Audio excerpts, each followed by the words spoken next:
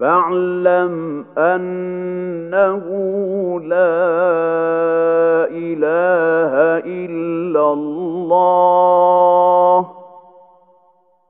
واستغفر لذنبك وللمؤمنين والمؤمنات والله يعلم متقلبكم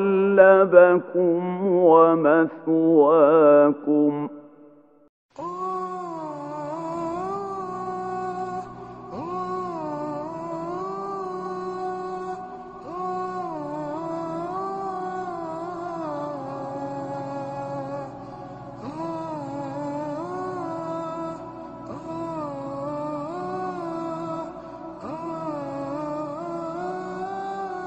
هذه كلمات لا اله الا الله محمد رسول الله لا اله الا الله محمد رسول الله. خب حالا ترجمه شه ما میتونیم بگین؟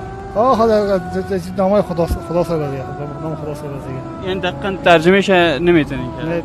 گوش کن. مدنی تو نمی‌فهمی تو گفتی که گوش کن.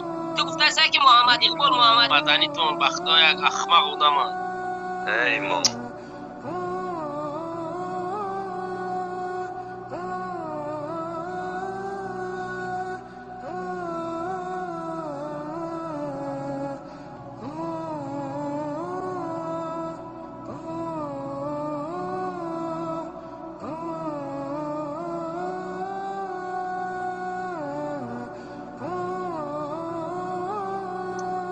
معنی که برای اگر کلام بگیرم بخدا همون مدنی را تویش قبول نمیکنم. لا اله الا الله چی بشه مثل محمد رسول الله. ما ترجمهش نمیدونم. من که از یادش کردم که میخونم. و چه مثال نمیدونی معنیش چه دعوای مسلمانگری میکنی؟ اگوش همو با عربیه با توجیکه با چخیلش میشه پروردگار خودش میفهمه کو. اگر رسمی هم میگه که امام میگه من میخوام که مسلمانی را قبول کنم. یکم که بگوره کن بگو اقرار کن مسلمان میشه.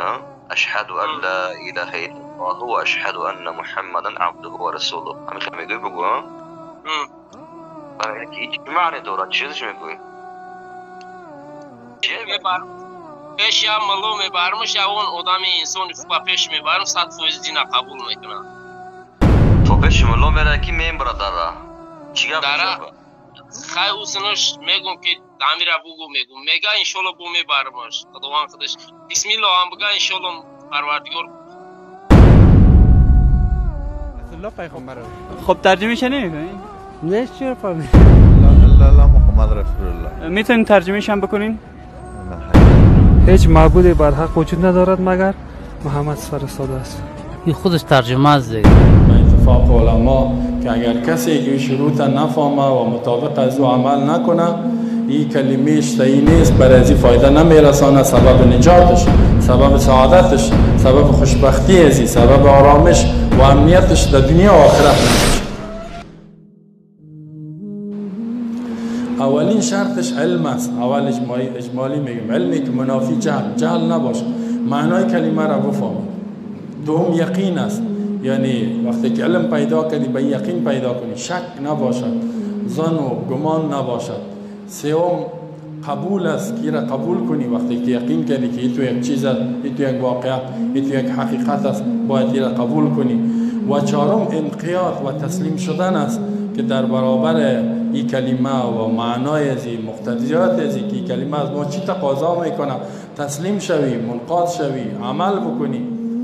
و پنجم هم صدق و راستی است که به صداقت این کلمه را بگویی و به صداقت عمل کنی، منافقانه عقیدت نباشه، منافقانه اظهارات و اعمالت نباشه. و ششم هم اخلاص است، یعنی فقط به خاطر الله باشه، به خاطر مردم نباشه، شرک دهی نباشد. و هفتم هم محبت است که با این کلمه با مقتضیات کلمه محبت داشته باشه. چند شرط شد؟ 7 شرط شد. اجمالی تفصیلیش است که معنای کلمه را بفهمی. لا اله الا الله نفی اثبات، لا نفی نه، الا الله اثبات میکنی. عربی است، باید معنای زیرا بفهم که چی معنا. معنایش است که لا اله نیست معبود برحق، اله برحق. اله یعنی ذاتی که عبادت شود، از او مدد خواسته شود، به او توکل شود، به او اعتماد شود، از او بترسه انسان از عذابش، به او امیدوار باشد و او را مشکل کشا و حاجت روای خود بدانه. هیچ در کائنات وجود نداره، هیچ الهی، هیچ معبودی یا با اصطلاح ما شما هیچ خدایی نیست الا الله، مگر فقط یک ذات است که الله است. یعنی حقدار عبادت، حقدار رکوع، حقدار سجده، حقدار از این که از اون مدد بخواهیم، مشکلات خدا بخواهیم، فقط یک ذات است. دومی که هیچ قانونگذار، اله به معنای قانونگذار در زندگی ما، امر و نهی کننده، حلال و حرام کننده وجود نداره الا الله، مگر یک ذات. یعنی الله ما این تقاضا میکنه در این کلمه، وقتی که الله را قبول کردی، کلمه را قبول کردی، معنایش است که هیچ قانون غیر از قانون الله، غیر از نظام الله، غیر از کتاب الله، غیر از دین الله، هیچ قانون دیگر را قبول نمیکنی و نمیپذیری. اگر که در این راه بسیار مشکلات برات بیاید. مختصرا برای فهم شدن اگر بگوییم که برادرهایی که درسی که ما در این باب کردیم 100 حلقه در کلمه توحید گوش کردگی هستند، برای ضبط کردن مسئله، یعنی برای اینکه مسئله را جمع کرده بگیرن، ما میگوییم که الله رب العزة والجلال من و شما را خلق کرده است به خاطر اینکه توحید در عبادت داشته باشیم، یعنی یگانه الله را عبادت نماییم. و این معروف است که الله سبحانه و تعالی میگوید و ما اعوذ بالله من الشیطان الرجیم و ما امروا الا ليعبدوا الله مخلصین له الدین. من امر نکردم مگرم به خاطر اینکه من شما را امر نکردم مگرم به خاطر اینکه شما یگانه الله را عبادت بکنید خالصانه. و در آیه دیگر میگه و ما خلقت الجن والانس الا ليعبدون، من انسان ها و جن ها را خلق نکردم مگرم به خاطر ای یوحدون، اینکه توحید داشته باشن، یعنی توحید عبادت داشته باشن، عبادتشون را تنها به خاطر الله انجام بدن. پس از همین جهت معروف است که مغز توحید، اساس توحید، اصل توحید این همین کلمه لا اله الا الله است. و لا اله الا الله این اولی کلمه توحید و محمد رسول الله جانب دیگری که باید بدانیم. لا اله الا الله کلمه التوحید گفته می شود، عروة الوثقا، کلمه التقوی، کلمه الاخلاص. این کلمه به معنای اینکه یک جمله فایده‌آور به دو قسم تقسیم می شود، یعنی قسم اول را رکن اول و قسم دوم را رکن دوم گفته می شود. یعنی لا اله الا الله دو رکن دارد و 7 شرط صحت دارد. هر کسی که لا اله الا الله را میگوید اما رکن ها یا شرط ها را به جا نمیآورد، یا یکی از رکن یا یکی از شرط ها را ترک میکند و انجام نمیدهد، کافر است و مسلمان نیست و لا اله الا الله به او فایده ندارد. لا اله الا الله دو رکن دارد. رکن اولش لا اله الحق، کفر بالطاغوت است. الا الله رکن دوم ایمان به الله است. کفر بالطاغوت یعنی انکار کردن طاغوت.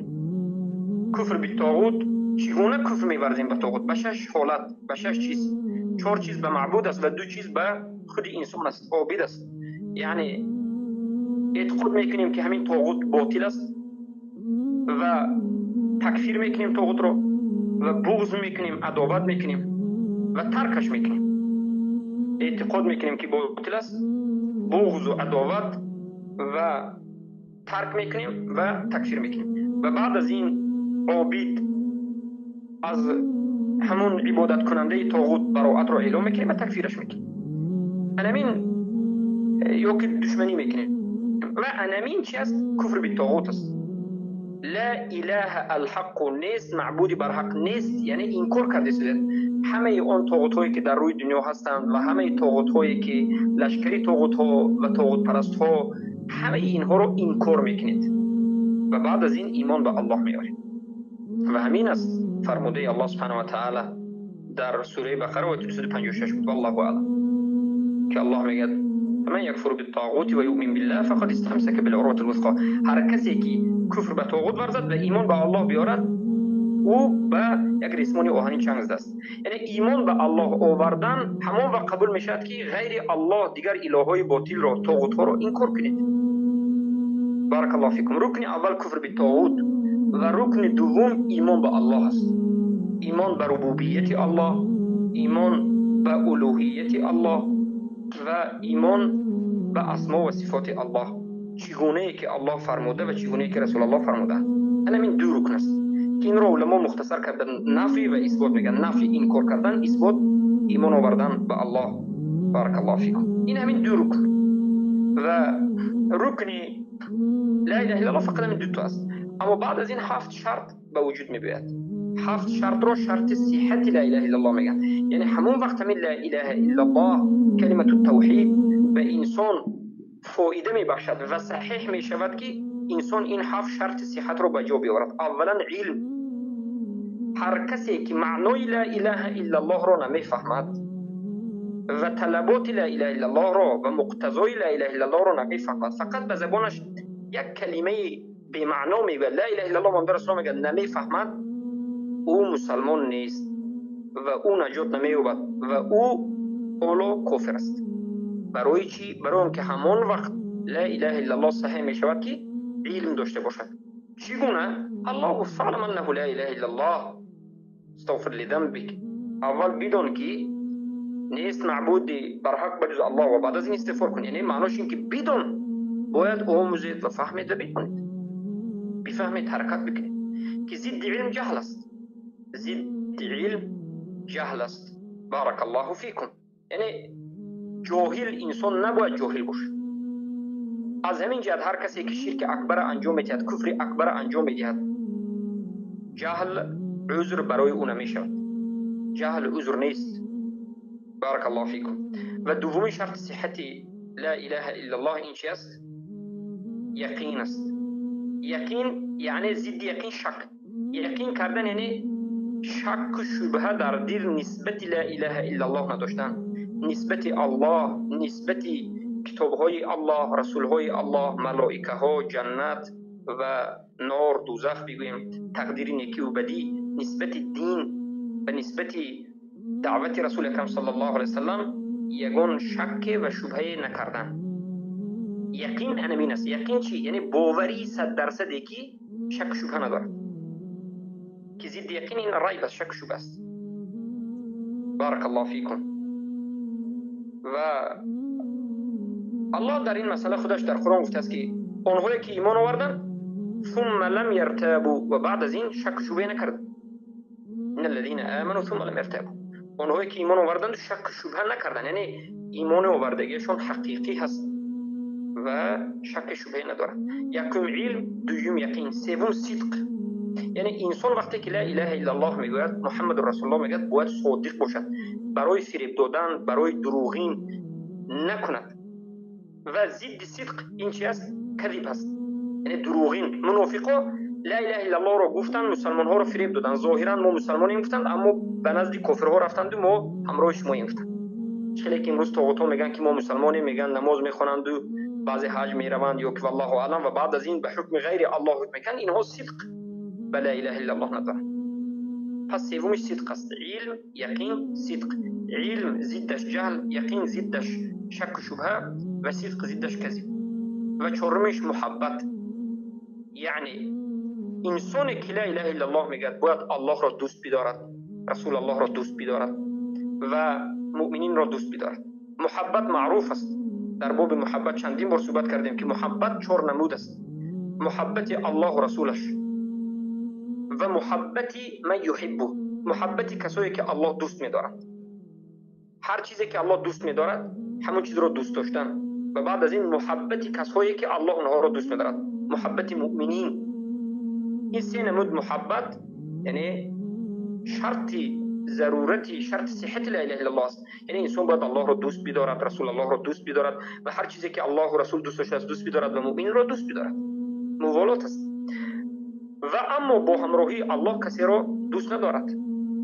چیزی که بعضی ها مشرکا غیر الله یک چیزی دیگر را به مانند الله دوست می‌دارند. یحبونهم کحب الله والذین آمنوا اشد حبا لله. پس کلمه را، مؤمنین را، موحدین را دوست بدارد. و بعد از این اخلاص است. یعنی تمام عبادت هایی که انجام می‌دهد این عبادت ها را تنها به الله رب العزت و الجلال انجام می‌دهد. و به غیر الله یگان ذره از عبادت رو انجام ندهد. و در موضوع عبادت ما حلقه های زیادی کرده شدیم و گوش بکنید که عبادت معنای بینات بزرگ دارد. العبادة اسم جامع لكل ما يحب الله ويرضاه من أعمال أو أقوال أو ظاهرة أو باطنة. بارك الله فيكم. وبعد ذين قبول يعني شرط صحة ششم لا إله إلا الله همين است که هر چیزی که شریعت ورده است بگیم رسول الله صلی الله علیه و ورده اند همین رو قبول کردن و به یگان چیزی از شریعت ضدیت نکردن و بعد از این انقیاد عمل کردن، یعنی پابرجا بودن، پابند به عمل نمودن به شریعت الله رب العزت و الجلال که ضدش کفر اعراض، کفر ترک است. انا همین است دو رکن لا اله الا الله و هر شرط صحت لا اله الا الله. بارک الله فیک.